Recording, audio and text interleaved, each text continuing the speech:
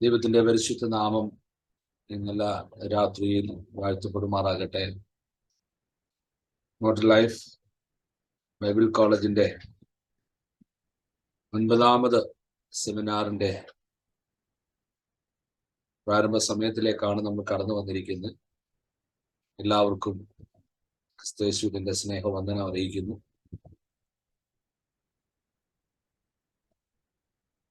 നമ്മൾ അനുഗ്രഹിക്കപ്പെട്ട നിലയിൽ നടത്തി വരുന്ന ഓൺലൈൻ സെമിനാർ വിധിയാൽ ദുരുപദേശം വർദ്ധിച്ചു വരുന്ന ഈ കാലഘട്ടത്തിൽ ദൈവം മക്കൾക്കും സമുദായ വ്യത്യാസമില്ലാതെ എല്ലാ പ്രിയപ്പെട്ടവർക്കും മാറ്റമില്ലാത്ത ദൈവത്തിന്റെ വചനം ആധികാരികമായി മനസ്സിലാക്കി പഠിച്ച് ദൈവവേലയിൽ പ്രയോജനപ്പെടുവാൻ മോട്ടർ ലൈഫ് ബൈബിൾ കോളേജ് ആഗ്രഹിക്കുന്ന പ്രകാരം നടത്തി വരുന്ന സെമിനാർ വളരെ വിജയകരമായി കഴിഞ്ഞ 8 സെമിനാറുകൾ നടത്തുവാൻ കർത്താവ് നമ്മളെ സഹായിച്ചു. 9ാമത്തെ സെമിനാറിലേക്ക് കടന്നു വന്നിരിക്കുന്ന എല്ലാ പ്രിയപ്പെട്ടവർക്കും ക്രിസ്തുയേശുവിൽ വന്ദനം ചെയ്യുന്നു. കഴിയുമെങ്കിൽ നിങ്ങളുടെ ഫോണിൽ ലഭിച്ചിരിക്കുന്ന ഈ ലിങ്ക് നിങ്ങളുടെ സുഹൃത്തുക്കൾക്കോ നിങ്ങളുടെ ബന്ധുമിത്രാദികൾക്കോ അല്ലെങ്കിൽ നിങ്ങളുടെ സഭയിൽപ്പെട്ടവർക്കോ ഷെയർ ചെയ്ത് കൊടുത്ത് ഈ മീറ്റിംഗിൽ അവരെ കൂടെ പങ്കെടുപ്പിക്കുവാൻ ശ്രദ്ധിക്കുമല്ലോ എന്ന് ഈ സമയത്ത് ഓർപ്പിക്കുന്നു. കഴിയുമെങ്കിൽ നിങ്ങളുടെ ഈ സമയത്ത് തന്നെ അത് മറ്റുള്ളവരെ കൂടെ ഈ മീറ്റിംഗിലേക്ക് ക്ഷണിച്ചാൽ അവർക്കും ഈ ദൈവവചനം പഠിക്കുവാനുള്ള ഒരു അവസരമായിരിക്കും. അതിനായിട്ട് നിങ്ങൾ ഉത്സാഹിക്കുമല്ലോ. പങ്കെടുത്ത എല്ലാവർക്കും ഇതുവരെ മനസ്സിലാക്കിയവർക്കും പ്രത്യേകിച്ച് അവരെല്ലാം ഞങ്ങൾ നന്ദിയോടെ ഓർക്കുന്നു. ആദ്യമായിട്ടാണ് ഈ മീറ്റിംഗിൽ പങ്കെടുക്കുന്നതെങ്കിൽ കഴിഞ്ഞ 8 സെമിനാറുകളുടെയും വീഡിയോ റെക്കോർഡിംഗ് ക്ലാസ്സസ് നിങ്ങൾക്ക് ലഭ്യമാണ്. ബൈബിൾ കോളേജിന്റെ ഓഫീസുമായി ബന്ധപ്പെട്ട നിങ്ങൾക്ക് അതിന്റെ 8 സെമിനാറുകളുടെയും ലിങ്കുകൾ നിങ്ങൾക്ക് ലഭിക്കുന്നതായിരിക്കും. ഞങ്ങളെ അത് അറിയിച്ചാൽ നന്നായിരിക്കും. നമ്മുടെ ഈ ക്ലാസ് നേതൃത്വം നൽകുന്നത് മോട്ടർ ലൈഫ് ബൈബിൾ കോളേജിന്റെ പ്രിൻസിപ്പളായി സേവനമനുഷ്ഠിക്കുന്ന അനുഗ്രഹീത കത്തുദാസൻ MB തോമസ് സാറാണ്. വളരെ വചനത്തിന്റെ പാണ്ഡിത്യത്തോടെ പ്രത്യേകിച്ച് പുതിയ നിയമസഭയ്ക്ക് വേണ്ടുന്നതായ ആത്മീയ ചിന്തകൾ ദൈവവചനത്തിലൂടെ മനസ്സിലാക്കി കൊടുക്കുവാൻ കർത്താവിന്റെ ദാസനെ ഈ നാടുകളിൽ ദൈവം ഉപയോഗിച്ചുകൊണ്ടിരിക്കുന്നത് ഓർത്ത് ദൈവത്തിന് സ്തോത്രം ചെയ്യുന്നു. ഇന്നത്തെ മീറ്റിംഗിലേക്ക് MB തോമസ് സാറിനെ ഹാർദവമായി സ്വാഗതം ചെയ്യുന്നു. അതുപോലെ ഈ മീറ്റിംഗിൽ കടന്നു വന്നിരിക്കുന്ന എല്ലാ നമ്മുടെ ബൈബിൾ കോളേജിൽ പഠിക്കുന്ന പഠിതാക്കളുണ്ട്. ബൈബിൾ കോളേജിനെ സ്നേഹിക്കുന്ന വിദ്യാകാംക്ഷികൾ എല്ലാവരും ഉണ്ട് ഇതിനകത്ത്. എല്ലാവർക്കും ഒരു പ്രാവശ്യം കൂടി നിങ്ങൾ സ്വാഗതം അർപ്പിക്കുന്നു. കർത്താവ് നിങ്ങളെ എല്ലാവരെയും ധാരാളമായി അനുഗ്രഹിക്കട്ടെ. ഈ സമയത്ത് നമുക്ക് ഈ സെമിനാർ പ്രാർത്ഥിച്ച് ആരംഭിക്കാം. അതിനായിട്ട് കർത്താവിന്റെ പ്രിയദാസൻ ജോൺ വറീസങ്കൽ ഈ സമയത്ത് പ്രാർത്ഥിച്ച് നമ്മെ സഹായിക്കും. പ്രാർത്ഥിക്കാം. കർത്താവേ, സ്തോത്രം സ്തോത്രം സ്തോത്രം. കരുണയുള്ള ദൈവമേ, ഞങ്ങളുടെ വിശ്വസ്തനായ കർത്താവേ, ഈ കർത്തദിവസത്തിന്റെ സന്ധിക്കായിട്ട് സ്തോത്രം. നിന്റെ തിരുനാമത്തിൽ നടക്കുന്നതായിരിക്കുന്ന ദുരുപദേശങ്ങളും അതുപോലെ ദൈവവിരുദ്ധമായ കാര്യങ്ങളും മനസ്സിലാക്കുന്നതിനും പഠിക്കുന്നതിനും അതനുസരിച്ച് സത്യത്തിന്റെ വഴിയിൽ നടക്കുവാൻ ഞങ്ങളെ സഹായിക്കണേ. സത്യത്തിന്റെ ആത്മ വരുമ്പോൾ നിങ്ങൾ സകല സത്യത്തിന് വഴി നടത്തുമെന്നും ദൈവമേ തെറ്റായ വഴിയിൽ നിന്ന് ഞങ്ങൾ തിരിച്ച് ദൈവമേ സത്യത്തിന്റെ ആത്മാവ് ഞങ്ങളെ ഉപദേശിച്ച് നടത്തുവാൻ ശക്തനായ പരിശുദ്ധാത്മാവ് ഞങ്ങളുടെ ഇടയിൽ പ്രവർത്തിക്കുമാറാകണമേ. ഇന്ന് ക്ലാസ് എടുക്കുന്ന ഞങ്ങളുടെ അഭിഷിക്തനായിട്ട് സ്തോത്രം. സത്യത്തിന്റെ വചനം സത്യമായി പഠിപ്പിച്ച് അനേക ദൈവത്തിന്റെ വാതിയിൽ ദൈവത്തിന്റെ വഴിയിൽ ദുരുപദേശങ്ങളിൽ രക്ഷിച്ച് കർത്താവെ ദുഷ്ടനകയിൽ അകപ്പെടാതെ വേണം ഞങ്ങളെ കാത്തു സൂക്ഷിച്ച് പരിപാലിക്കണമെന്ന് പ്രാർത്ഥിക്കുന്നു.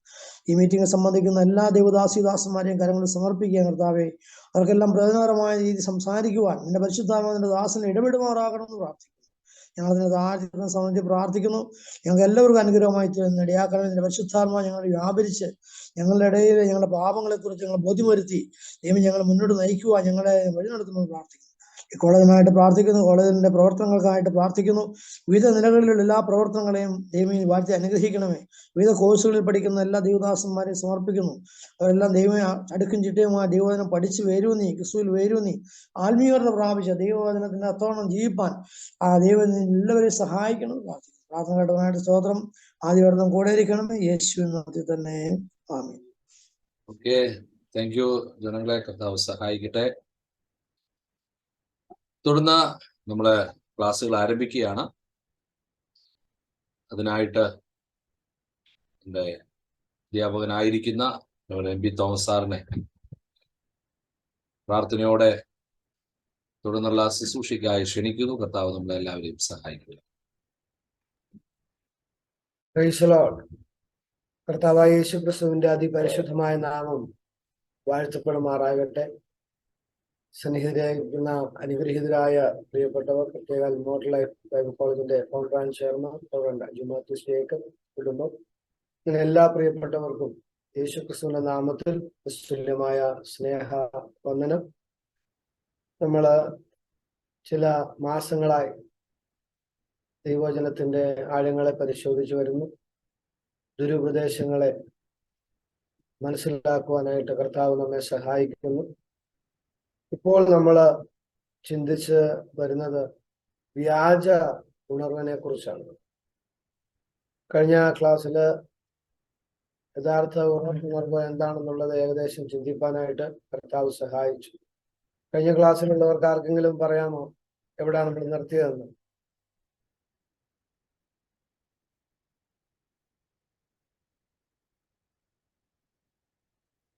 യഥാർത്ഥ ഉണർവിനെ കുറിച്ച് നമ്മൾ ചർച്ച ചെയ്തായിരുന്നു. എവിടെ നിർത്തിയെന്ന് ആരെങ്കിലും ഓർക്കുന്നുണ്ടോ? ക്ലാസ്സിൽ ഇരിക്കുന്നവര് ഒന്ന് നോട്ട് ചെയ്യുന്നത് നല്ലതാണ്. കാരണം അത് തുടർന്നുള്ള വിശ്വാസ ജീവിതത്തിന് പ്രയോജനപ്പെടും. നമ്മുടെ പല കാര്യങ്ങളും നമ്മുടെ മൈൻഡിൽ നിൽക്കാറില്ല. പ്രത്യേകിച്ച് ഈ കാലഘട്ടത്തിൽ എല്ലാവർക്കും മറവി കൂടുതലാണ്. ഒരു ഔട്ട്ലൈൻ നമ്മുടെ കയ്യിൽ ഉണ്ടെങ്കിൽ ഇതിനെ ഡിഫൈൻ ചെയ്യാനായിട്ട് നമുക്ക് എളുപ്പമാണ്. അതുകൊണ്ട് നിങ്ങൾ ഒന്ന് ക്ലാസ്സിലിരിക്കുന്നവരൊന്ന് നോട്ട് ചെയ്താൽ നല്ല കാര്യം. ആരും ഓർക്കുന്നുണ്ടോ? ഓക്കെ, അല്ലെങ്കിൽ സാരമില്ല. നമ്മൾ യഥാർത്ഥമായ ഉണർവ് എന്താണെന്ന് ഏകദേശം ഒന്ന് ചിന്തിച്ചായിരുന്നു.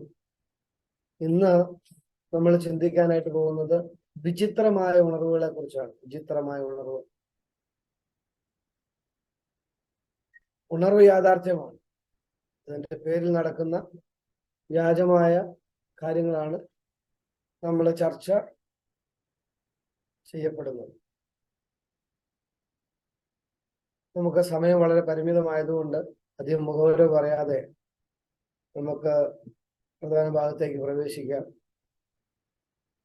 വിചിത്രമായ ഉണർവുകൾ എന്ന് പറയുമ്പോൾ അത് ദൈവവചനം അംഗീകരിക്കാത്ത ഉണർവുകളാണ്. അത് പലരും ചെയ്തു വരുന്നത്. അതുകൊണ്ടാണ് വിചിത്രമെന്ന് നമ്മളവിടെ പേര് കൊടുത്തത്.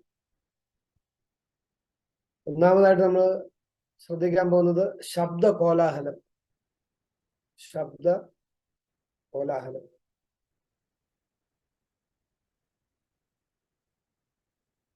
ഇപ്പോൾ ദൈവത്തെ സേവിക്കുന്നിടത്ത് ശബ്ദ കോലാഹലമുണ്ട്.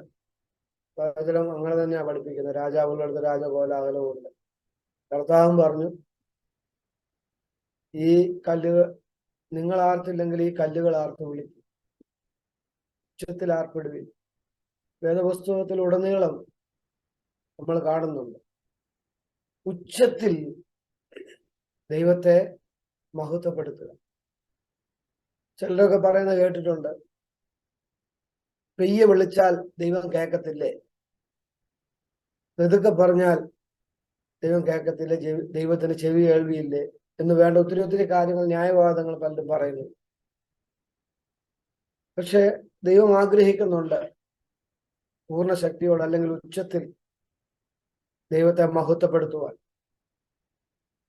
ഉച്ചത്തിൽ ദൈവത്തെ മഹത്വപ്പെടുത്തുന്നത് തെറ്റല്ല. ദൈവത്തെ സ്തുതിക്കുമ്പോൾ, ദൈവത്തെ മഹത്വപ്പെടുത്തുമ്പോൾ അങ്ങനെ സംഭവിക്കാറുണ്ട്, സംഭവിച്ചിട്ടുണ്ട്, മേലാൽ സംഭവിക്കും. ഉച്ചത്തിൽ മഹത്വപ്പെടുത്തുവാൻ നമ്മളെല്ലാം ആഗ്രഹിക്കുന്നവരായിരിക്കും. എന്നാൽ ഇതിനെ ആത്മീയതയുടെ അളവുകോലായി അല്ലെങ്കിൽ ആത്മീയത വെളിപ്പെടുത്തുവാൻ വേണ്ടി ആയിത്തീരരുത്. കാരണം കൂടുതൽ ഒച്ചയുണ്ടാക്കിയാൽ കൂടുതൽ ആത്മീയനാണെന്ന് തെളിയിക്കാനുള്ള ഒരു രംഗത്തിലേക്ക് വരരുത്.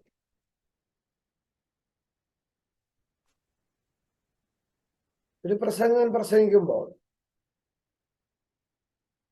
സത്യത്തിൽ അത് മറ്റുള്ളവർക്ക് മനസ്സിലാകാൻ വേണ്ടിയാണ്, ദൈവത്തിന്റെ അരുളപ്പാട് പറയാൻ വേണ്ടിയാണ് ഈ പ്രസംഗം എന്ന് പറയുന്നത്.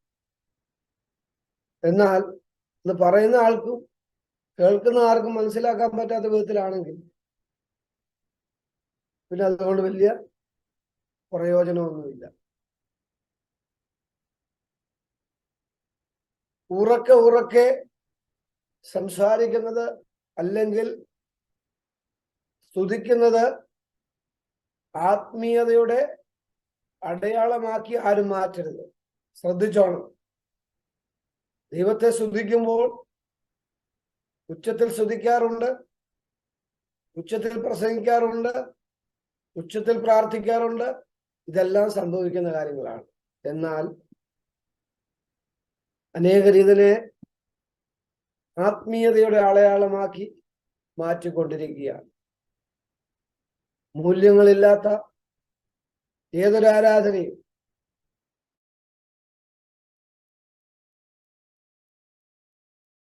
ശൂന്യമായിരിക്കും. ഈ നാളുകളിൽ വിവിധ നിലകളിലാണ് കോലാഹലങ്ങൾ നാം കണ്ടുവരുന്നത്. ഇതിനെക്കുറിച്ച് നാം ചർച്ച ചെയ്യുന്നുണ്ട്. ഈ ഭാഗത്ത് അതിനെ വിശദീകരിക്കാനായിട്ട് ഞാൻ ആഗ്രഹിക്കുന്നു.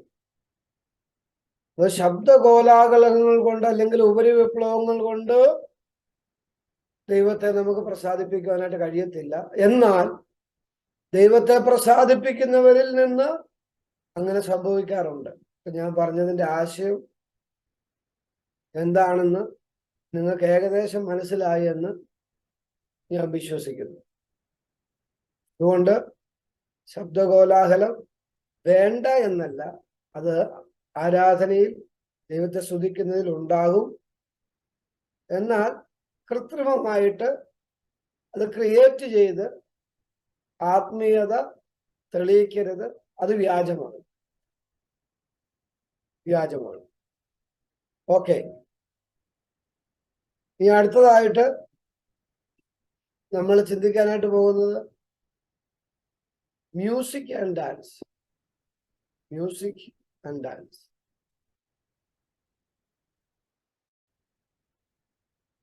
തപ്പോടും കിന്നരത്തോടും എല്ലാം ദൈവത്തെ സ്തുതിക്കണം. അത് നല്ലതാണ്.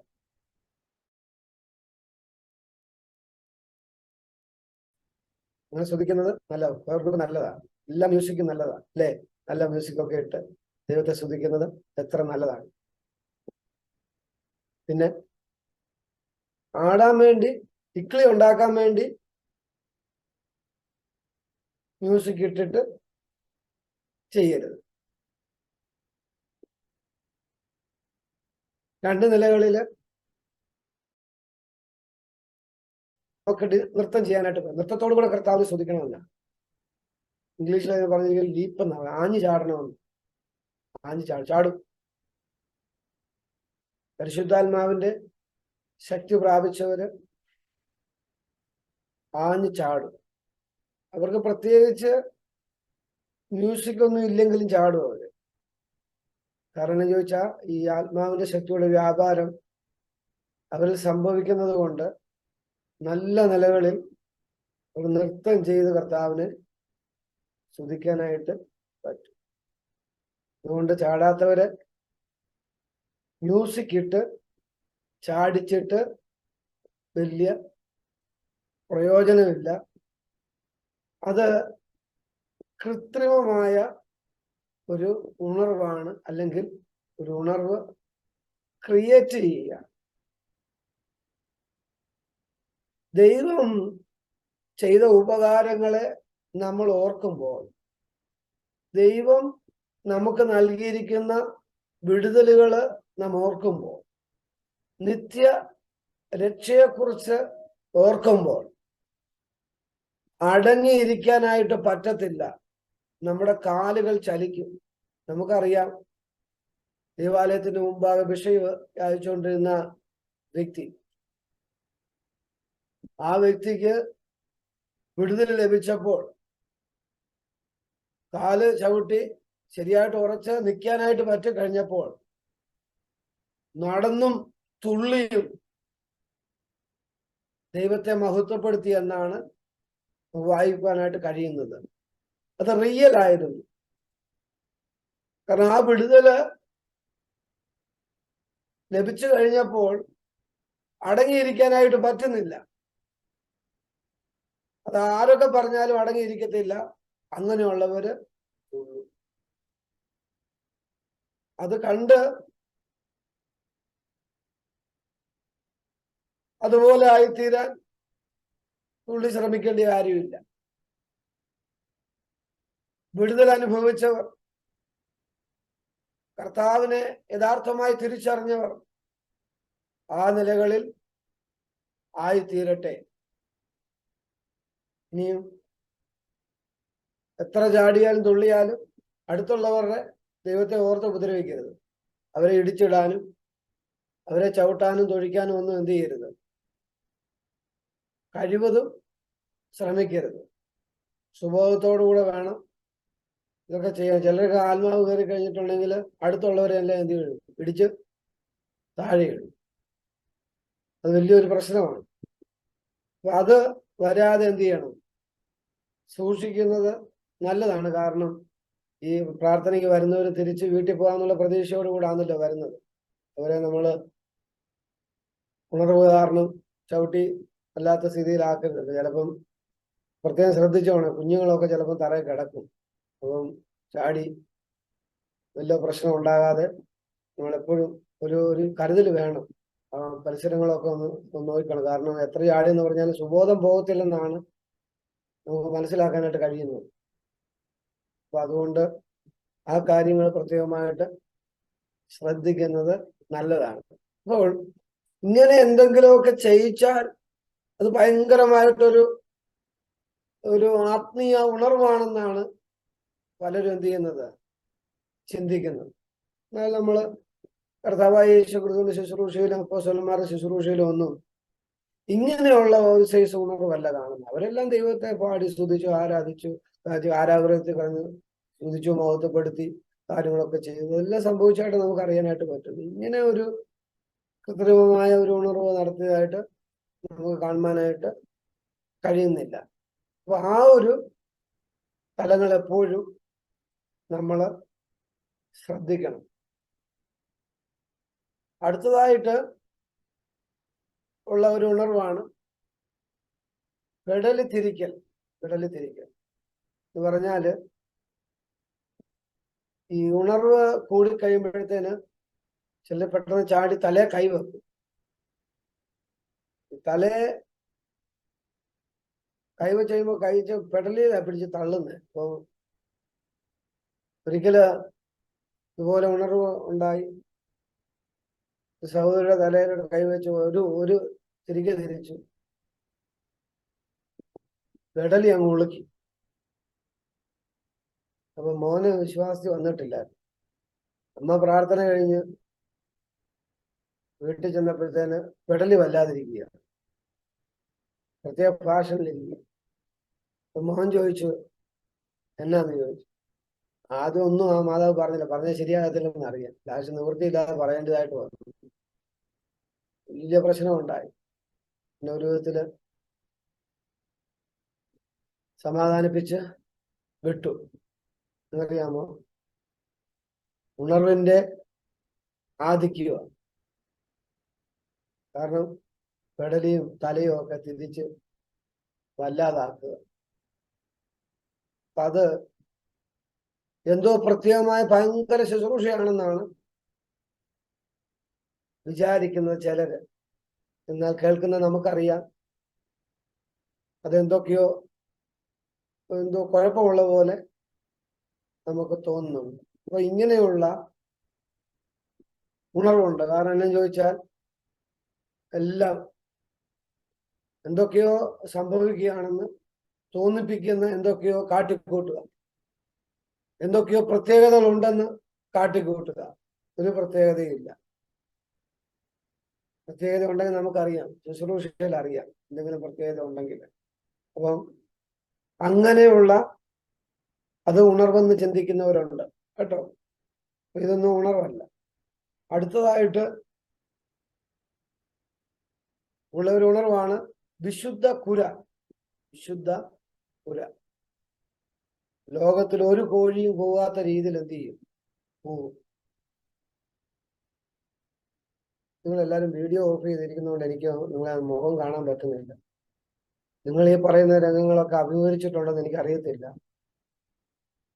വിശുദ്ധ കുര നിങ്ങൾ കേട്ടിട്ടുണ്ടോ? കുര കുര ബാർക്കിംഗ്, ഹോളി ബാർക്കിംഗ്. ലോകത്തില് ഒരു കോഴിയും കൂവാൻ കഴിയാത്ത വിധത്തിൽ കിടന്ന് കൂവുക.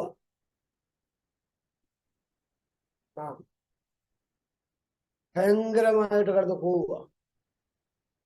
നമ്മുടെ ഈ ക്രിക്കറ്റിലൊക്കെ ജയിക്കുമ്പോൾ അല്ലെങ്കിൽ ഫുട്ബോൾ ജയിക്കും, മാച്ച് ജയിക്കുമ്പോഴത്തേനുള്ള എല്ലാവരും കൂവും. ആ സൈസ് കൂവലല്ല, ഇത് വേറെ ഒരു സ്പെഷ്യലായിട്ടുള്ള കൂവല.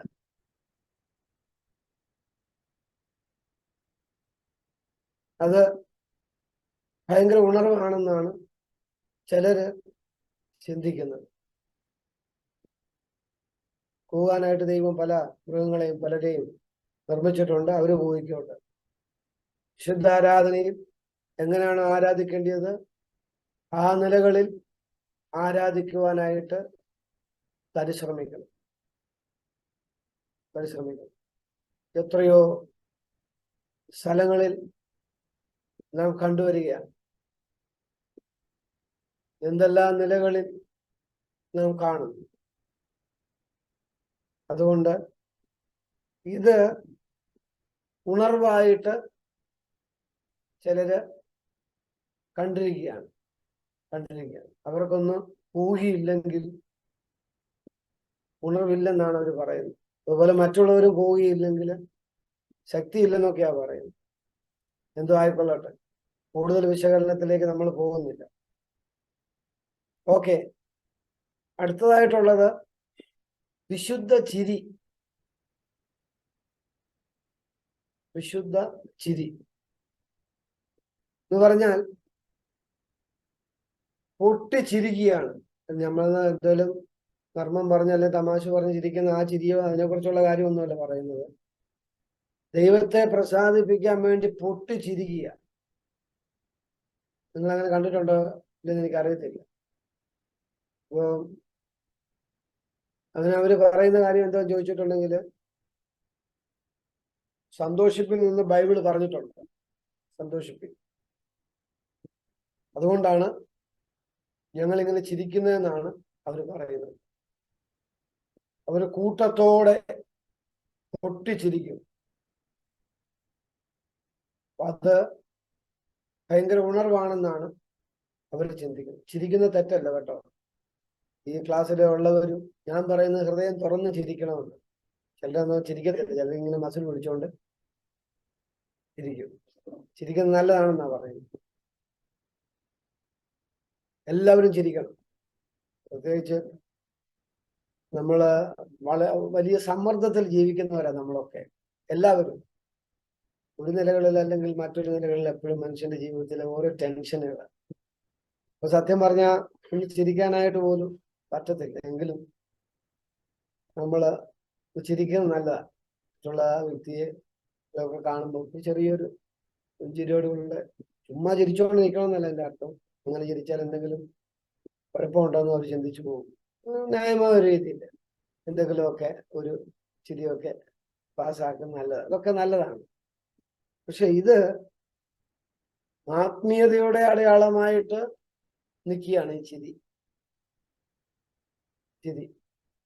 ദൈവത്തെ പ്രസാദിപ്പിക്കാൻ വേണ്ടി, കാരണം അങ്ങനെ സ്ഥാപിക്കാൻ വേണ്ടി ചില ദൈവവചനങ്ങൾ അവരെടുക്കുന്നു. ഇതിൽ പ്രധാനപ്പെട്ട ഒരു കാര്യമാണ് സന്തോഷിപ്പിൻ എന്ന് പറഞ്ഞിട്ടുണ്ട്. അപ്പോൾ സന്തോഷിപ്പിൻ എന്ന് പറഞ്ഞാൽ അവർ മനസ്സിലാക്കിയിരിക്കുന്നത് എപ്പോഴും ചിരിച്ചുകൊണ്ടിരിക്കണം, അതാ സന്തോഷമെന്ന്. അവരങ്ങനെയാണ് അതിനെ വ്യാഖ്യാനിച്ചിരിക്കുന്നത്. വ്യാഖ്യാനമാണല്ലോ കുഴപ്പങ്ങളെല്ലാം ഉണ്ടാക്കുന്നത്. അതുകൊണ്ട് വിശുദ്ധ ചിരി ആത്മീയ അടയാളമായിട്ട് അവര് കാണും. ഇനി അടുത്തത് എഴുതിക്കോ. നീന്തൽ. നീന്തൽ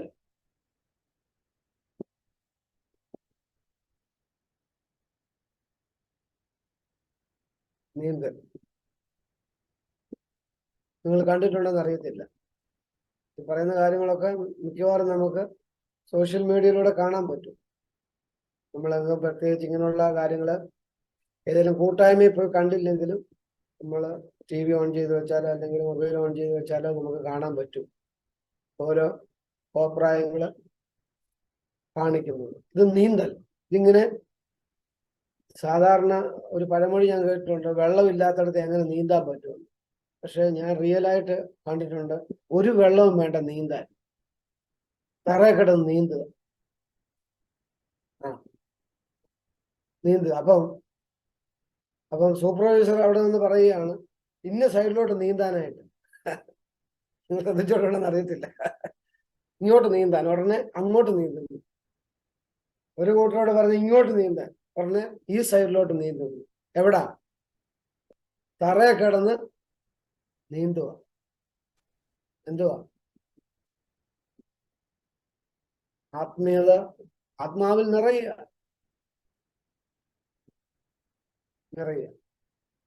ഓരോ ദിശകളിലേക്കും ഡയറക്ഷൻ കൊടുത്ത് നീന്തിക്കുക. ഉണർവ് യോഗങ്ങൾ ഇതിനപ്പുറത്ത് ഉണർവുണ്ടോ? നിങ്ങളിപ്പം ചിന്തിക്കുമായിരിക്കും ഇങ്ങനൊക്കെ ഭൂമി നടക്കുന്നുണ്ടോ? എല്ലാവരും ചിന്തിക്കത്തില്ലെന്നറിയാം. പലരും ഇങ്ങനൊക്കെ കണ്ടിട്ടുണ്ട്, അനുഭവങ്ങൾ അവർക്കുണ്ടായിട്ടുണ്ട്. അപ്പൊ അതുകൊണ്ട് കുഴപ്പമില്ല. ഇതെല്ലാം ഉണർവെന്നാ പറയുന്നത്. വ്യാഖ്യാനിക്കുന്ന അങ്ങനെ ഉണർവ് വരുമ്പോഴത്തേന് സംഭവിക്കുന്നതെന്നാ പറയുന്നത്. നിങ്ങൾ തന്നെ ചിന്തിച്ചു നോക്കിയോ, വേദപുസ്തകം പറയുന്ന ഉണർവ് എന്താണ്? നമ്മൾ കഴിഞ്ഞ ക്ലാസ്സിൽ അതിനെക്കുറിച്ച് പറഞ്ഞു വിശദീകരിക്കുന്നത്, ആവർത്തിക്കുന്നത്. ഇതെല്ലാം വലിയ ഉണർവുകളായിട്ട് തോന്നുന്നു, അല്ലേ? ഇനിയും അടുത്തതായിട്ട് അപൂർവ ഉണർവ്. അപൂർവ ഉണർവ്. ഇത് ഭയങ്കര ഉണർവാണ്. ഇത് നമുക്ക് ആർക്കും ചിന്തിക്കാൻ പറ്റാത്തൊരു ഉണർവാണ്. നമുക്ക് ആർക്കും ചിന്തിക്കാൻ പറ്റാത്ത ഒരു ഉണർവ്. ഇപ്പൊ നിങ്ങൾ ചിന്തിക്കും അങ്ങനെ ഒരു ഉണർവ് എന്നാ ഉണർവാണ്? ഞങ്ങൾക്ക് അറിയാത്തൊരു ഉണർവ്, ഇത്രമാത്രം പ്രത്യേകതയുള്ള ഉണർവ് എന്താണ്? ആ ഉണർവ് എന്ന് പറയുന്നത്, നമ്മളിപ്പം ബേക്കറി പോവുക.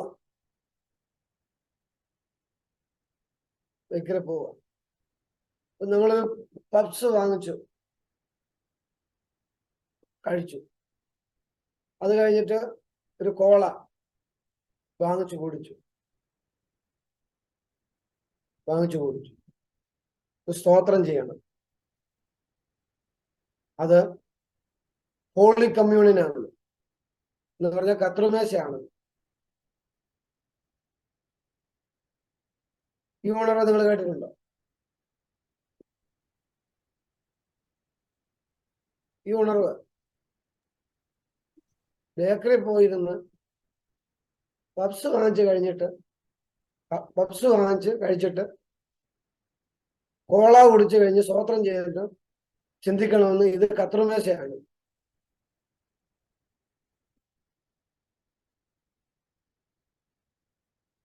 പ്രാർത്ഥിക്കണമെന്ന് കർത്താവ് നേരത്തെ പറഞ്ഞിട്ടുണ്ട്. ഉണർന്നിരുന്ന് പ്രാർത്ഥിക്കണമെന്ന്. ഇതൊക്കെ മുന്നിൽ കണ്ടായിരിക്കും പറഞ്ഞതെന്ന് ഞാൻ ചിന്തിക്കുന്നു. നിങ്ങൾ അങ്ങനെ ചിന്തിക്കുന്ന എനിക്കറിയത്തില്ല. ഇത് അപൂർവങ്ങളിൽ അപൂർവമായ ഒരു ഉണർവെന്നെ വിശേഷിപ്പിക്കാനായിട്ട് പറ്റത്തുള്ളൂ. ഇതിന് ഹോശാന പാടുന്ന ലേഖനമുണ്ട്. ആത്മീയ ഓളത്തിൽ നടക്കുന്ന ചില ഉണർവുകളാണ് ഞാൻ ചൂണ്ടിക്കാണിച്ചത്. അടുത്തത് ഉള്ള ഉണർവെന്ന് പറയുന്നത് ഊതി വീഴ്ത്തുക അല്ലെങ്കിൽ ഉന്തി വീഴ്ത്തുക. അതായത് നേരെ നിൽക്കുന്ന ഒരു വ്യക്തിയെ, ശരിയായിട്ട് നിൽക്കുന്ന വ്യക്തിയെ തള്ളി താഴെ ഇടുക. അവൻ താഴെ വീണതിന് ശേഷം അവനെ പ്രാർത്ഥിച്ച് എഴുന്നേൽപ്പിക്കുക. നിങ്ങൾ ഇതൊന്നും കണ്ടിട്ടില്ല അല്ലേ? എനിക്ക് തോന്നുന്നു നിങ്ങളൊന്നും കേട്ടിട്ട് പോലും ഇല്ലെന്തോ.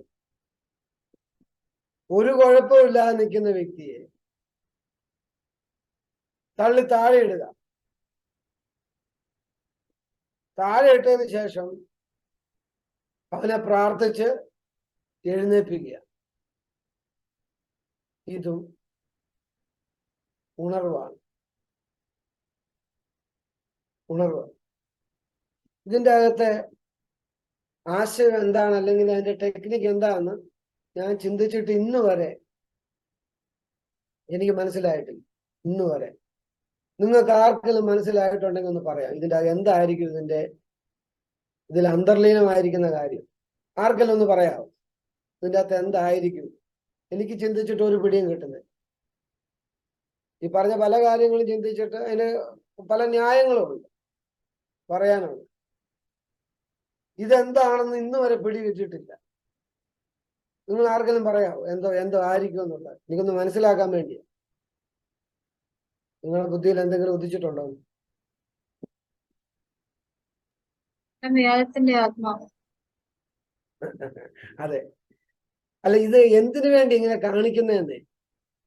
ഇതില് എന്താണ്? ഇപ്പം കത്രിമേശ ഞാൻ പറഞ്ഞു, ഇപ്പം പപ്സും കോളയും കഴിച്ച കത്രിമേശ. കാരണം എന്താണെന്ന് ചോദിച്ചാൽ അപ്പം വീഞ്ഞു എന്ന് പറഞ്ഞൊരു സങ്കല്പം ഉണ്ട്. അപ്പൊ അതുകൊണ്ട് പറഞ്ഞാന്ന് പറയാം. ഇപ്പൊ ചിരി, വിശുദ്ധ ചിരി എന്ന് പറഞ്ഞു, അത് സന്തോഷിക്കണമെന്ന് പറഞ്ഞുകൊണ്ട് അങ്ങനെ പറഞ്ഞു. കുര ഉറക്കെ ഉച്ചത്തിൽ ആരാധന പറഞ്ഞുകൊണ്ട് കുറയ്ക്കുകയെന്ന് പറയും. ഇതെന്തോ ആണെന്നാ മനസ്സിലാകാത്ത. ഈ നേരെ നിൽക്കുന്ന ആളെ തള്ളി താഴെ ഇടുക, എന്നിട്ട് പ്രാർത്ഥിച്ച് എഴുന്നേൽപ്പിക്കുക. കരം കൊടുത്ത് എഴുന്നേൽപ്പിക്കുക.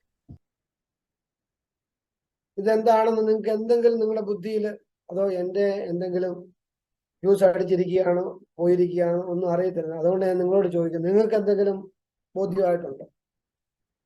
ഇതെന്തോ അതിന്റെ കാര്യം? പോലെ ആയിന്ന് എവിടെ പറഞ്ഞിട്ടുണ്ടല്ലോ? മരിച്ചവനെ പോലെ ആയിന്ന്. മരിച്ചവനെ പോലെ ആയി. അങ്ങനെ ആകാറുണ്ട്.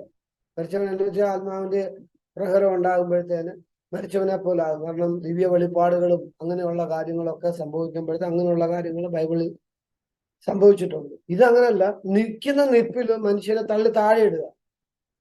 കടലേക്കോ തലയിലോ എവിടെയും പിടിച്ച് തള്ളി താഴെ ഇടുക. താഴെ ഇട്ടിട്ട് അവനെ എഴുന്നേൽപ്പിക്കുക. അതെവിടെയെങ്കിലും ബൈബിളിൽ എവിടെയെങ്കിലും ഉണ്ട്? ഞാൻ കാര്യമായിട്ടാണ് ചോദിക്കുന്നത്. ഞാനിതിനായിട്ടും വായിച്ചിട്ടില്ല. ഒരു കുഴപ്പമില്ലാതെ നിൽക്കുന്ന വ്യക്തിയെ തള്ളി താഴെ ഇടുക, എന്നിട്ട് പ്രാർത്ഥിച്ച് എഴുന്നേൽപ്പിക്കുക. അതിനെക്കുറിച്ച് എന്തെങ്കിലും ഒരു ഐഡിയ നിങ്ങൾക്കുണ്ടോ? വ്യക്തിയുടെ കാര്യം പുകഴ്ത്താൻ വേണ്ടി പറഞ്ഞ, വ്യക്തിയെ ഉയർത്താൻ വേണ്ടി, വലിയ അത്ഭുത മനുഷ്യനെ കാണിക്കാൻ. അങ്ങനെ വല്ല ആയിരിക്കും. അങ്ങനെ എനിക്കും അങ്ങനെ തോന്നിയിട്ടുണ്ട്. പക്ഷെ ഇതിന്റെ ഒരു ബാക്ക്ഗ്രൗണ്ട് എന്തോ ആണ് അത്ര ചിന്തിച്ചിട്ടും പിടി കിട്ടുന്നില്ല. ഒരു വല്ലാത്തൊരു സംഭവമായി, വല്ലാത്തൊരു സംഭവം.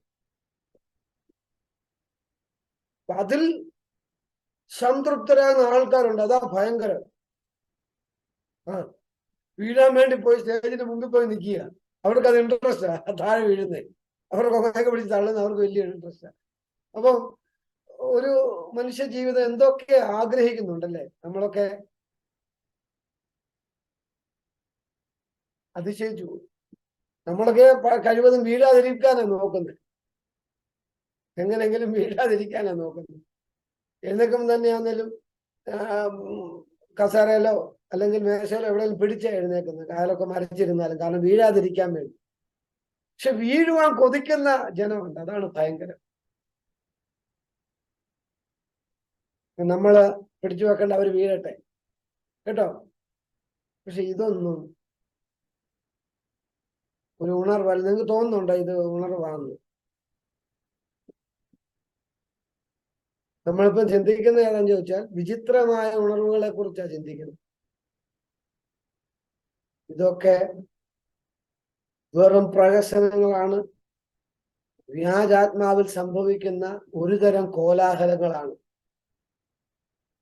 ഇതൊക്കെ ദൈവജനം തിരിച്ചറിഞ്ഞു വേണം.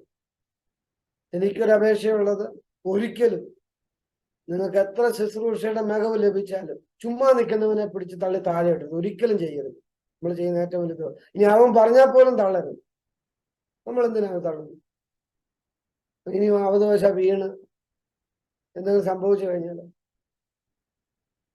മറ്റൊരാള് ഉണർവ് കൂടി ഒരാളെ ചാടിച്ച് തല ചെന്ന് ഭിത്തിയിലിടിച്ച് ലാസ്റ്റ് മെഡിക്കൽ കോളേജ് വരെ കൊണ്ടുപോയി. ഏതായാലും ആൾ രക്ഷപ്പെട്ടു. ആദ്യം ഉണർവ് കൂടിയതാ. മനസ്സിലായി? അങ്ങനെ ഒത്തിരി ഉണർവുണ്ട്. ഞാനത് പറയാൻ ആഗ്രഹിക്കുന്നില്ല. അപ്പോൾ നിങ്ങൾക്ക് മനസ്സിലായി കാണും, ഇതൊക്കെ ആത്മീയ ഗോളത്തിൽ നടക്കുന്ന കാര്യങ്ങളാണ്. ഇതിനെയൊക്കെ ഉണർവെന്നാണ് വിശേഷിപ്പിക്കുന്നത്. ഇതിനെ നമുക്ക് മനസ്സിലാക്കാൻ കഴിയുന്നത് തിരുവചന പ്രകാരം വ്യാജ ഉണർവെന്നുള്ളതാണ്.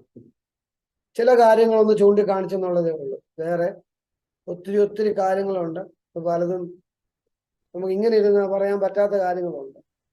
അതുപോലത്തെ വലിയ വിഷയങ്ങളുണ്ട്. അത് നമ്മളിപ്പോൾ അറിയണം. ഇനിയും ഒരിക്കൽ കൂടെ ഞാൻ ഈ ഉണർവിനെ കുറിച്ച് പിന്നെ കൂടുതൽ ക്ലാസ്സിലേക്ക് പോകാനായിട്ട് ആഗ്രഹിക്കുന്നില്ല. ഈ ക്ലാസ് കൊണ്ട് ഈ വ്യാജ ഉണർവ് അവസാനിപ്പിക്കാനാണ് ആഗ്രഹിക്കുന്നത്. അതിൻ്റെ ഔട്ട്ലൈൻ മാത്രം ഞാൻ തന്നു എന്നുള്ളതേ ഉള്ളൂ.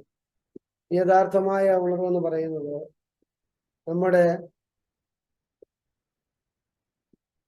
മനസ്സ് പുതുക്കി രൂപാന്തരപ്പെടണം. മനസ്സ് പുതുക്കി അതെവിടാ പറഞ്ഞിരിക്കുന്നത്? ലേഖനം ഞാൻ പറയാം. നിങ്ങൾ പറയാം. റോമാലേഖനം 12:1. 12:1 അതോ 2? ഓക്കെ, 12:2. എന്താ പറഞ്ഞിരിക്കുന്നത്?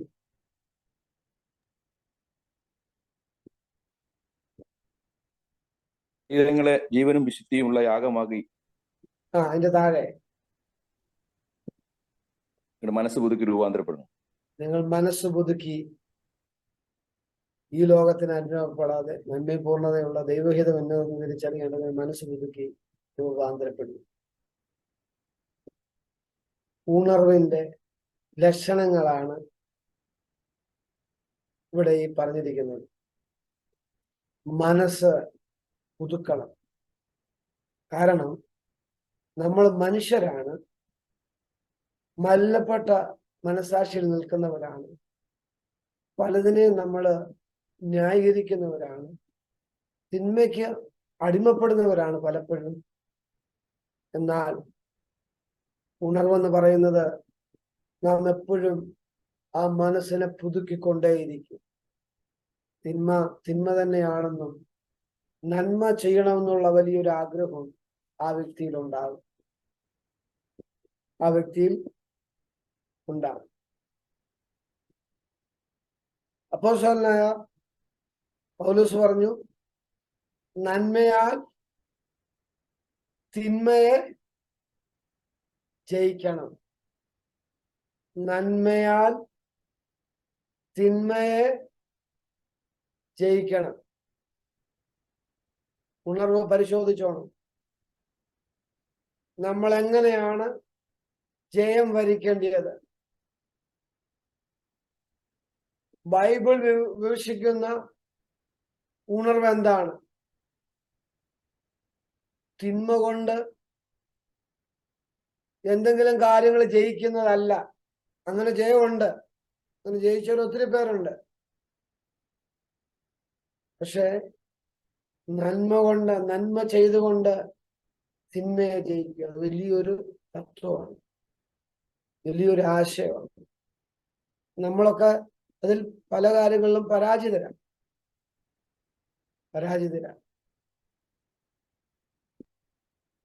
അത് ശ്രമിക്കണം. അത് ശ്രമിക്കുമ്പോൾ മനസ്സിലാക്കിക്കോണം, ആ വ്യക്തിയിൽ ഉണർവ് സംഭവിക്കുന്നുണ്ട്. അത് നമ്മിൽ സംഭവിക്കുന്നുണ്ടെങ്കിൽ നമ്മൾ ചിന്തിച്ചോണം, നമ്മിൽ ഉണർവ് നിലനിൽക്കുന്നുണ്ട്. ഇനി അടുത്തതായിട്ട് ഉണർവ് എന്ന് പറയുന്നത് തെറ്റുകൾ മനുഷ്യ ജീവിതത്തിൽ സംഭവിക്കും, ഒരു സംശയവും വേണ്ട. പക്ഷെ അതിനെക്കുറിച്ച് പശ്ചാത്താപമുണ്ടാകണം. മനുഷ്യനിൽ തെറ്റ് സംഭവിക്കത്തില്ലെന്ന് വിശുദ്ധ ഗ്രന്ഥത്തിൽ എവിടെയും പറഞ്ഞിട്ടില്ല. ബൈബിൾ ഊന്നി പറയുന്നത് തെറ്റ് സംഭവിക്കും എന്ന് തന്നെയാണ്. അതുകൊണ്ട് എന്തെങ്കിലും തെറ്റ് ചെയ്യാൻ പരിശ്രമിക്കണമെന്നല്ല എൻ്റെ അർത്ഥം. പരിശ്രമിച്ചാലും ഇല്ലെങ്കിലും അത് സംഭവിക്കും. അത് സംഭവിച്ചു കഴിയുമ്പോൾ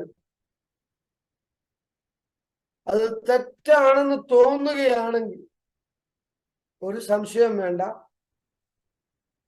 ആ വ്യക്തിയില് ഉണർവുണ്ട്, ഉണർവിന്റെ അംശമുണ്ട്. പാപബോധം അത് ഉണർവിനെയാണ് സൂചിപ്പിക്കുന്നത്. അതില്ലെങ്കിൽ ഓർത്തോണം, ഉണർവ് പോയതാണ്. അനുതാപമുള്ള ഒരു ഹൃദയം. അതുകൊണ്ടാണ് അപ്പോസ്തലനായ പൗലോസൊക്കെ പറഞ്ഞത്, അയ്യോ ഞാൻ അരിഷ്ട മനുഷ്യൻ. കാരണം പാപത്തെക്കുറിച്ചുള്ള ബോധം എപ്പോഴും ആ വ്യക്തിയെ ധരിച്ചുകൊണ്ടിരുന്നു.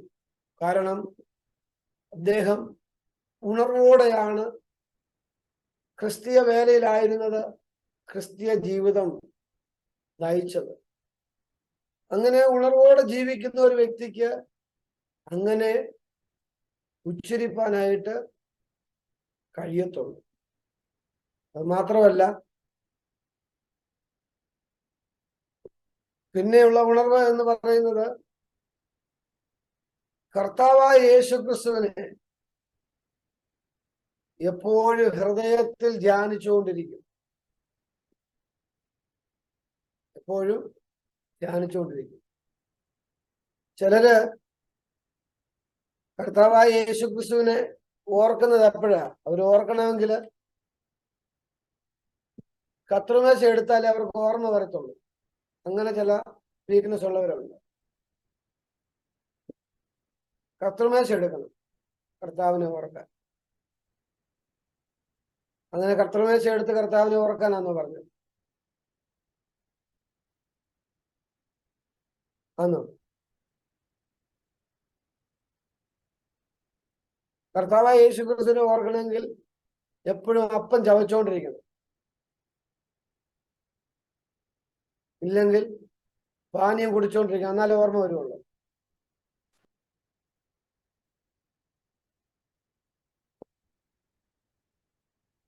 എബ്രായ ലേഖനത്തിൽ പറയുന്നത് എന്തുവാ പറയുന്നത്?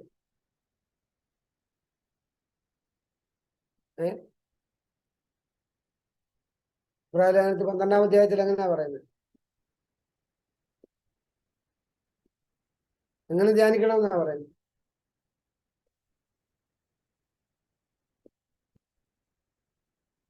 പാപികളാൽ ഇങ്ങനെ വിരോധം സഹിച്ചവനെ നിങ്ങൾ ധ്യാനിച്ചോണം, എപ്പോഴും നിങ്ങൾ ഓർത്തോണം. കർത്തൃമേശ സ്ഥാപിച്ചത് കർത്താവായ യേശുക്രിസ്തു മരിച്ചു പാപമില്ലാത്ത രക്തം ചിന്തി എന്ന കർമ്മത്താൽ ഓർക്കുന്നതിന് വേണ്ടിയാണ് അത് സ്ഥാപിച്ചിരിക്കുന്നത്. അതിന്റെ ആവശ്യം ഉണ്ടായിരുന്നു. കാരണം കർത്താവായ യേശുക്രിസ്തുവിന്റെ ക്രൂശീകരണം വലിയൊരു വിഷയമായിരുന്നു. അന്ന് തന്നെ അവര് പറഞ്ഞു മരിച്ചിട്ടില്ല, കട്ടോണ്ട് പോയതാണ് ശരീരം, അല്ലേ? മോഷ്ടിച്ചോണ്ട് പോയതാന്ന് പറഞ്ഞു. അപ്പോൾ അങ്ങനെയുള്ള ചില തെറ്റായ ചിന്താഗതികൾ വരുമെന്ന് പരിശുദ്ധാത്മാവിന് നേരത്തെ അറിയായിരുന്നു. അതുകൊണ്ടാണ് അങ്ങനെയുള്ള ശുശ്രൂഷ സ്ഥാപിച്ചത്. അപ്പോൾ കർത്താവായ യേശുക്രിസ്തുവിന്റെ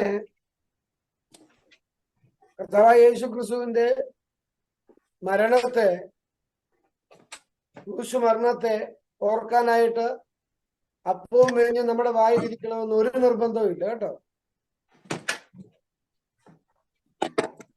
അല്ലാതെ നമ്മളെപ്പോഴും കർത്താവിനെ ധ്യാനിച്ചു കൊണ്ടിരിക്കണം. അത് ഉണർവിന്റെ ഒരു ഭാഗമാണത്. എപ്പോഴും ഓർമ്മ വരും. എന്താ ഓർമ്മ വരുന്നത്? ദൈവമേ, എനിക്കൊന്നും മനസ്സിലാകുന്നില്ലല്ലോ. എന്നെ രക്ഷിപ്പാൻ വേണ്ടി, എന്നെ വിടുവിക്കാൻ വേണ്ടി, എനിക്ക് സ്വർഗരാജ്യം നൽകാൻ വേണ്ടി കർത്താവ് ഇവിടെ വന്ന് തുപ്പലേക്കേണ്ട കാര്യമുണ്ടോ? കർത്താവ് നീചന്മാരുടെ അടികൊള്ളേണ്ട കാര്യമുണ്ടോ? കർത്താവ് അപമാനിക്കപ്പെടേണ്ട കാര്യമുണ്ടോ? സ്വർഗത്തിൽ ഇരുന്ന് കർത്താവിനെ രക്ഷിക്കാൻ പറ്റത്തില്ലേ? എന്റെ ദൈവമേ, അവിടുത്തെ സ്നേഹം ഇങ്ങനാണല്ലോ പ്രദർശിപ്പിച്ചത്. എനിക്ക് വേണ്ടി ഈ ക്രൂരത സഹിച്ചല്ലോ. അങ്ങനെയാണെങ്കിൽ ഞാൻ എന്ത് അങ്ങേക്ക് വേണ്ടി സഹിച്ചിട്ടുണ്ട്? എന്റെ ഡിഗ്നിറ്റി ഞാൻ കാത്തു സൂക്ഷിച്ചുകൊണ്ടിരിക്കുക. പക്ഷെ അവിടുത്തെ ഡിഗ്നിറ്റി നോക്കാതെ, ഒന്നും നോക്കാതെ എനിക്ക് വേണ്ടി ഈ ത്യാഗം ചെയ്തല്ലോ. ഇതെപ്പോഴും നമ്മളിങ്ങനെ ധ്യാനിച്ചുകൊണ്ടിരിക്കണം. അത് ധ്യാനിക്കുമ്പോൾ അങ്ങനെ ഒരു അവസ്ഥയിൽ നമ്മൾ എത്തപ്പെട്ടിട്ടുണ്ടെങ്കിൽ ഓർത്തോണം, നമ്മിൽ ഉണർവുണ്ട്. ഒരു സംശയവും വേണ്ട, സംശയിക്കേ വേണ്ട. പിന്നെ ഉണർവിന്റെ ലാസ്റ്റ് ഒരു പോയിന്റോടെ പറഞ്ഞിട്ട് നിർത്തുകയാണ്. കർത്താവായ യേശു ക്രിസ്തുവിന്റെ സാക്ഷികളാകണം. ഏത് ജ്ഞാനിയാന്ന് പറഞ്ഞാൽ, ഏത് നിരീശ്വര അതെന്ന് പറഞ്ഞാൽ ഒന്നും ലജ്ജിക്കേണ്ട കാര്യമില്ല. യേശു ക്രിസ്തുവിനെ കുറിച്ച് പറയുന്നു. അവര് വിശ്വാസത്തിലേക്ക് വരുവോ വരാതിരിക്കുവോ ഇതൊന്നും നമ്മുടെ വിഷയമല്ല. കാരണം നമ്മളല്ല ആരെയും തെരഞ്ഞെടുക്കുന്നത്. തെരഞ്ഞെടുപ്പ് ദൈവത്തിൻ്റെതാണ്. നമ്മളോട് പറഞ്ഞത് ഈ സുവിശേഷം പറയാൻ വേണ്ടിയാ പറഞ്ഞേക്കുന്നത്, പ്രസംഗിക്കാൻ, അല്ലെങ്കിൽ പറയുക. ഒരു ലജ്ജയും കൂടാതെ. പൗലോസ് പറഞ്ഞല്ലോ, എനിക്ക് സുവിശേഷത്തെ കുറിച്ച് ഒരു ലജ്ജയും ഇല്ല. ഞാനിത് പറയുമ്പം എല്ലാം ഓപ്പോസിറ്റ് പറയും. എന്നെ നീചനായിട്ട് പ്രഖ്യാപിക്കും, മതമാറ്റക്കാരനെന്ന് പറയും, എല്ലാ നിലകളിലും ആക്ഷേപിക്കും. ഒരു സംശയവും വേണ്ട. പക്ഷെ പൗലോസ് പറയാ, എനിക്ക് ഒരു ലജ്ജയില്ല. സുവിശേഷത്തെ കുറിച്ച് എനിക്ക് ഒരു ലജ്ജയില്ല. കാരണം എന്നറിയാമോ? അദ്ദേഹത്തിൽ ഉണർവ് നിൽക്കുക. ഉണർവ്. യേശു ക്രിസ്തുവിനെ വിശ്വസിച്ചപ്പോൾ ഒരു ഉണർവ് അദ്ദേഹത്തിന് ലഭിച്ചു. ആ ഉണർവ് നിലനിൽക്കുക. ഇന്ന് ഈ സെമിനാറിൽ പങ്കെടുത്തിരിക്കുന്ന പ്രിയപ്പെട്ടവരോട് എനിക്ക് ഏറ്റവും സ്നേഹത്തോടെ പറയാനുള്ളത്, ഈ നിലകളിലുള്ള ഒരു ഉണർവാണ് നമുക്ക് വേണ്ടിയത്. വെറും പ്രഹസനത്തിന് വേണ്ടിയുള്ള ഒരു ഉണർവുകളും നമുക്ക് വേണ്ട. പ്രത്യേകമായ എന്തോ നമ്മിലുണ്ടെന്ന് കാണിക്കാൻ വേണ്ടി, മറ്റുള്ളവരെ ആകർഷിക്കാൻ വേണ്ടി എന്തെങ്കിലും കാട്ടിക്കൂട്ടുന്ന ഒരു സമ്പ്രദായവും നമുക്ക് വേണ്ട. യഥാർത്ഥമായിട്ട് ദൈവം ആഗ്രഹിക്കുന്ന നിലകളിൽ, ബൈബിൾ ആഗ്രഹിക്കുന്ന നിലകളിൽ ഉള്ള ഉണർവാണ് നമുക്ക് ഓരോരുത്തർക്കും വേണ്ടത്. നിങ്ങൾക്ക് ഞാൻ പറഞ്ഞ കാര്യങ്ങള് മനസ്സിലായോ?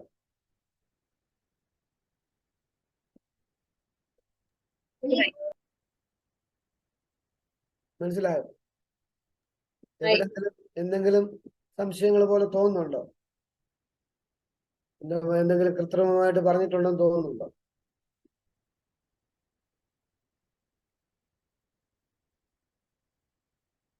ഉണ്ടോ?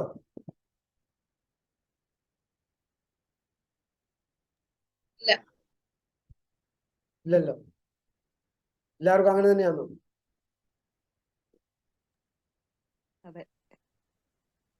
ആണല്ലോ അല്ലേ? എല്ലാം തെറ്റിയൊഴിഞ്ഞോണം. മനുഷ്യൻ ഇപ്പോൾ ശ്രദ്ധിച്ചോണം. മനുഷ്യൻ പുറമേ ഉള്ളത് നോക്കുന്നു കേട്ടോ. ദൈവം നോക്കുന്നത് നമ്മുടെ ഹൃദയത്തെയാണ്. ഞാന് മുമ്പ് പറഞ്ഞിട്ടുണ്ടെന്ന് ഞാൻ ഓർക്കുന്നില്ല.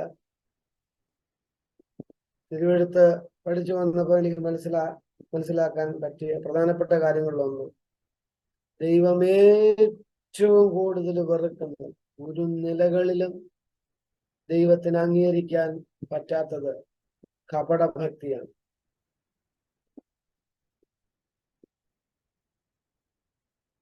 അതുണ്ടാകാതിരിക്കട്ടെ. വ്യാജമായ ഒരു ഉണർവുകളും നമുക്ക് വേണ്ട. പരിശുദ്ധാത്മാവ് നൽകുന്ന ഉണർവുണ്ട്. ആ ഉണർവാണ് ഈ നാളുകളിൽ സംഭവിക്കേണ്ടത്. അതിനുവേണ്ടി ദൈവജനം പ്രാർത്ഥിക്കണം. പ്രത്യേക ഈ സെമിനാറിൽ പങ്കെടുക്കുന്നവരോട് ഒരു കാര്യം കൂടെ ഞാൻ പറഞ്ഞു കൊള്ളട്ടെ. പ്രത്യേകമായിട്ട് നാം പ്രാർത്ഥിക്കണം. രാവിലെ, ഉച്ചയ്ക്ക്, വൈകിട്ട് ഇങ്ങനെയൊക്കെ പ്രാർത്ഥിക്കുന്ന ക്രമങ്ങള് തിരുവെഴുത്തിൽ നമ്മൾ കാണുന്നുണ്ട്. അത് നല്ല കാര്യം തന്നെയാണ്. സമയം വേർതിരിച്ച് പ്രാർത്ഥിക്കുന്നത് നല്ലതാണ്. എന്നിരുന്നാലും എപ്പോഴും പ്രാർത്ഥിച്ചുകൊണ്ടിരിക്കുന്നത് അതിലും നല്ലതാണ്. പ്രാർത്ഥനാപൂർവമായ ഒരു ജീവിതം നമ്മൾ വളർത്തിയെടുക്കും. അങ്ങനെ നാം ഒരുമിച്ച് പ്രാർത്ഥിക്കുമ്പോൾ നിശ്ചയമായിട്ടും ലോക വ്യാപകമായി ദൈവസഭകൾക്ക് ഒരു ഉണർവ് ദൈവമായിരിക്കും. ഒരു പശ്ചാത്തപിക്കും. ഇസ്രായേലിന്റെ കാലത്ത് ദൈവജനത്തിന് വലിയൊരു അനുതാപം ഉണ്ടായതുപോലെ പത്രോസിന്റെയും പൗലോസിന്റെയും കാലത്ത് വലിയൊരു അനുതാപം ഉണർവുണ്ടായതുപോലെ നമ്മുടെ കാലത്തിലും അങ്ങനെ ഒരു ഉണർവുണ്ടാകും എന്നുള്ള കാര്യത്തിൽ ഒരു സംശയമില്ല. ആകയാൽ ഉണർവിന് വേണ്ടി പ്രാർത്ഥിക്കാം എന്ന് പറഞ്ഞുകൊണ്ട് എന്റെ വാക്കുകളെ നിർത്തുന്നു. മീറ്റിംഗ് സംബന്ധിച്ച എല്ലാ പ്രിയപ്പെട്ടവർക്കും പ്രത്യേകമായ നന്ദി അറിയിക്കുന്ന ദൈവം അനുവദിച്ച അടുത്ത മാസം പുതിയൊരു വിഷയമായിട്ട് നമുക്ക് വീണ്ടും കാണാം. ദൈവം നമ്മെ അനുഗ്രഹിക്കട്ടെ. Thank you so much. Praise the Lord. Thank you, Pastor. അനുഗ്രഹിക്കട്ടെ. പ്രത്യേകാൽ ഈ കാലഘട്ടത്തിൽ നമ്മൾ അറിഞ്ഞിരിക്കേണ്ടതായ ആത്മീയ ഉണർവിനെ സംബന്ധിച്ച് ആധികാരികമായ വിഷയമാണ് രാത്രിയിൽ നമ്മൾ പഠിക്കുവാൻ, മനസ്സിലാക്കുവാൻ ഇടയായിത്തീരുന്നത്. നിശ്ചയമായിട്ടും നമ്മുടെ ജീവിതത്തില് നമ്മളായിരിക്കുന്ന മേഖലകളിൽ തിരിച്ചറിയുവാൻ, പക്ഷേ അത് നമുക്ക് മറ്റുള്ളവരോട് മനസ്സിലാക്കി കൊടുക്കുവാൻ കഴിയട്ടെ എന്ന് കർത്താവിൽ ആഗ്രഹിക്കുന്നു. ഇന്നത്തെ മീറ്റിങ്ങിന് നേതൃത്വം നൽകിയ കർത്താവിന്റെ ദാസനോടുള്ള സ്നേഹത്തെ നന്ദി സമയത്ത് അറിയിക്കുന്നു. പങ്കെടുത്ത എല്ലാവരോടുള്ള പ്രത്യേക സ്നേഹത്തെ നന്ദി അറിയിക്കുന്നു. വരുന്ന എല്ലാ മാസത്തിന്റെയും അവസാന ഞായറാഴ്ചയാണ് ഈ സെമിനാർ നടക്കുന്നത്. കഴിയുന്നിടത്തോളം മറ്റുള്ളവരെ കൂടെ ഈ സെമിനാർ പരിചയപ്പെടുത്തുക. ഇത് എല്ലാവർക്കും പങ്കെടുക്കാൻ കഴിയുന്ന, ഏത് സമുദായത്തിൽപ്പെട്ടവർക്കും പങ്കെടുക്കാൻ കഴിയുന്ന, ആർക്കും ദൈവവചനം പഠിക്കുവാൻ ആഗ്രഹിക്കുന്ന ആർക്കും പങ്കെടുക്കാൻ കഴിയുന്ന ഒരു സെമിനാറാണ്.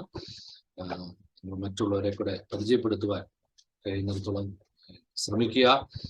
ഈ സെമിനാർ ഉൾപ്പെടെ 9 സെമിനാറിന്റെ വീഡിയോ റെക്കോർഡിംഗ് ക്ലാസ്സസ് അവൈലബിൾ ആണ്. ആവശ്യപ്പെട്ടാൽ നിശ്ചയമായിട്ട് അത് നമുക്ക് മറ്റുള്ളവർ കൂടെ ഷെയർ ചെയ്ത് കൊടുക്കുവാൻ നമ്മളെല്ലാവരും നമ്മുടെ യൂട്യൂബ് ചാനലിൽ അത് അവൈലബിൾ ആണ്. ഇമ്മോർട്ടൽ ലൈഫ് ബൈബിൾ കോളേജ് എന്ന് പറയുന്ന യൂട്യൂബ് ചാനലിൽ ഇത് ഈ വീഡിയോ ക്ലാസ്സസ് അവൈലബിൾ ആണ്. പാർട്ട് 1 തൊട്ട് പാർട്ട് 9 വരെയുള്ള അവൈലബിൾ ആയിരിക്കും. നമുക്കത് കയറി കാണാൻ കഴിയും. നമ്മുടെ യൂട്യൂബ് ചാനലിൽ അത് അവൈലബിൾ ആണ്. കർത്താവ് നമ്മളെ സഹായിക്കട്ടെ. പ്രാർത്ഥിച്ച് ഈ സെക്ഷൻ ഇവിടെ അവസാനിപ്പിക്കും. കർത്താവിന്റെ ദാസൻ മോൻസ് പാസ്റ്റർ അവൈലബിൾ ആണോ? പക്ഷേ പ്രാർത്ഥിച്ച് സെക്ഷൻ ഓക്കെ ഓക്കെ ബസ് പ്രാർത്ഥിക്കാമോ? ഹല്ലേലൂയ. കരുണയുള്ളവനാകുന്ന ദൈവമേ, പിതാവേ, ഈ അനുഗ്രഹിക്കപ്പെട്ട പകൽക്കാലത്തിനായി അങ്ങേ ഞങ്ങൾ വാഴ്ത്തുന്നു, അങ്ങേ ഞങ്ങൾ സ്തുതിക്കുന്നു. ഇതുപോലെ കാലവും കർത്താവെ അനുഗ്രഹിക്കപ്പെട്ട ക്ലാസ്സിൽ കൊള്ളുവാൻ കർത്താവ് ഞങ്ങളെ സഹായിച്ചതിനാൽ അങ്ങേ ഞങ്ങൾ വാഴ്ത്തുന്നു, സ്തുതിക്കുന്നു. പ്രത്യേകിച്ച് കർത്താവെ തോമസ് പാസ്റ്ററിന് സ്തോത്രം ചെയ്യുന്നു. നിങ്ങളുടെ ദാസനെ കർത്താവിന് പോലെ കാലവും കർത്താവെ അതിന്റെ ആധികാരികമായി സംസാരിപ്പാൻ നിങ്ങളുടെ ദാസനെ കർത്താവപ്പെടുത്തിയതിനാൽ സ്തോത്രം. മറക്കുവാൻ കഴിയാത്ത കർത്താവെ ഉൾനട്ടതാകുന്ന ദൈവത്തിന്റെ വചനം ഞങ്ങൾക്ക് നൽകി തരുവാൻ ഞങ്ങൾ ദാസനെ കർത്താവ് ബലപ്പെടുത്തിയിരിക്കുന്നതിനാൽ സ്തോത്രം. കൊടുത്തിരിക്കുന്ന ആരോഗ്യത്തിനായി, ബലത്തിനായി, സൗഖ്യങ്ങൾക്കായി അങ്ങ് ഞങ്ങൾ സ്തുതിക്കുന്നു, സ്തോത്രം ചെയ്യും. ഞങ്ങളുടെ ദാസനെ വീണ്ടും കർത്താവ് അനുഗ്രഹിക്കണമേ, ദൈവകൃപയിൽ സൂക്ഷിക്കണമേ. കർത്താവ് അനേകർക്ക് ഈ അന്ത്യകാലത്ത് ദൈവവചനം കർത്താവ് പകർന്നു കൊടുക്കുവാൻ ഞങ്ങളുടെ ദാസനെ ഉപയോഗിക്കണമേ എന്ന് അങ്ങയോട് പ്രാർത്ഥിക്കുന്നു. ഇതുപോലെ കാലം കേൾപ്പിച്ച ദൈവത്തിന്റെ വചനത്തിനായി സ്തോത്രം. ഞങ്ങൾ കർത്താവ് വാസ്തവമായി ഉണർവുണ്ടോ എന്ന് പരിശോധിപ്പാൻ കർത്താവ് ഞങ്ങളെ സഹായിച്ചതിനാൽ സ്തോത്രം. ഈ കാലഘട്ടത്തിൽ കർത്താവ് വാസ്തവമായ ഉണർവിന് വേണ്ടി അടിനെയും പ്രിയപ്പെട്ടവരെ ഒരുപോലെ സമർപ്പിച്ച് പ്രാർത്ഥിക്കുന്നു. ഇന്നുപോലെ കാലം കർത്താവെ ഇതിനെ കേട്ട എല്ലാവരെയും സമർപ്പിച്ച് പ്രാർത്ഥിക്കുന്നു. എല്ലാവരും കർത്താവ് ഉണർവ് വ്യാപരിക്കേണ്ടതിനായി അങ്ങ് സഹായിക്കുമേ. അതിനുള്ള കൃപ ഞങ്ങളുടെ മേൽ ചൊരിയുമാറാകണമെന്ന് പ്രാർത്ഥിക്കുന്നു. ഞങ്ങൾ തന്നെ കർത്താവിന് വേണ്ടി ഒരു സുവിശേഷമായി മാറുവാൻ, ഞങ്ങളുടെ ജീവിതവും കർത്താവിന് വേണ്ടി ഒരു സുവിശേഷമായി മാറ്റുവാൻ കർത്താവ് ഞങ്ങളെ ഇടയാക്കണമെന്ന് അങ്ങയോട് പ്രാർത്ഥിക്കുന്നു. കർത്താവെ, കർത്താവ് ഈ സ്ഥാപനത്തിനായി സ്തോത്രം. കർത്താവ് അജുപാഷനായി സ്തോത്രം. ഞങ്ങളുടെ ദാസന്റെ കർത്താവ് കൊടുത്തിരിക്കുന്ന ദർശനത്തിനായി സ്തോത്രം. ചെയ്യുന്ന എല്ലാ പ്രവർത്തനങ്ങൾക്കായി സ്തോത്രം. സഹും ദൈവത്തിന്റെ നാമത്തിനും മഹത്വത്തിനും അനേക പ്രിയപ്പെട്ട വിടുതലിനും ദേശങ്ങളുടെ വിടുതലിനും കർത്താവ് കാരണമാക്കുന്നതിനാൽ ഞങ്ങൾ സ്തുതിക്കുന്നു. ഈ പ്രസ്ഥാനത്തെ കർത്താവ് അനുഗ്രഹിക്കണമേ. ഇതിന്റെ കർത്താവ് ശ്രുതി കർത്താവ് ദേശമെങ്ങും അറിയപ്പെടുവാൻ, അനേകർ കർത്താവ് ഈ കോളേജിലേക്ക് വന്നു ചേരുവാൻ, അനേകർ രക്ഷയിലേക്ക് നയിക്കപ്പെടുവാൻ കർത്താവ് ഇടയാക്കണമേ എന്ന് അങ്ങയോട് പ്രാർത്ഥിക്കുന്നു. കർത്താവിനെയും കുടുംബമായി അനുഗ്രഹിക്കണമേ. ഇതുപോലെ കാലം കർത്താവ് വചനം കേട്ട് പങ്കെടുത്തതാകുന്ന എല്ലാ പ്രിയപ്പെട്ടവരെയും കർത്താവ് അനുഗ്രഹിക്കണമേ. അടിയെങ്കിലും താഴ്ത്തുന്നു, അടിനെ സമർപ്പിക്കുന്നു. പ്രാർത്ഥന കേട്ടതിനാൽ സ്തോത്രം. യേശു ക്രിസ്തുവിന്റെ വലിയ നാമത്തിൽ കേൾക്കുമാറാകണമേ. പിതാവേ, ആമേൻ. ആമേൻ. പിതാവായ ദൈവത്തിന്റെ സ്നേഹപുത്രനായ ക്രിസ്തുവിന്റെ പരിശുദ്ധാത്മാവിന്റെ അധിവാസം ഞങ്ങൾ ഓർത്ത് പ്രാർത്ഥിക്കപ്പെടുന്ന സകല വിഷയത്തെ ശുശ്രൂഷ കർത്താവിന്റെ ദാസന്റെ മേലും കടന്നു വന്ന എല്ലാ പ്രിയപ്പെട്ടവരും ഇപ്പോഴും എന്നേക്കും കർത്താവിന്റെ രണ്ടാമത്തെ പ്രത്യക്ഷത വരെ ഉണ്ടായിരിക്കുമാറാകട്ടെ. ഈ രാത്രി നമുക്ക് ജയം തന്ന ദൈവത്തിന് കരമുയർത്തി ഹല്ലേലൂയ പാടാം. ഹല്ലേലൂയ, ഹല്ലേലൂയ, ഹല്ലേലൂയ. ആമീൻ. കർത്താവായ യേശുവേ മരണമേ. ദൈവം നമ്മളെല്ലാവരെയും സഹായിക്കട്ടെ. എല്ലാവരോടും ഒരു പ്രാവശ്യം കൂടി നന്ദി അറിയിക്കുന്നു. God bless you.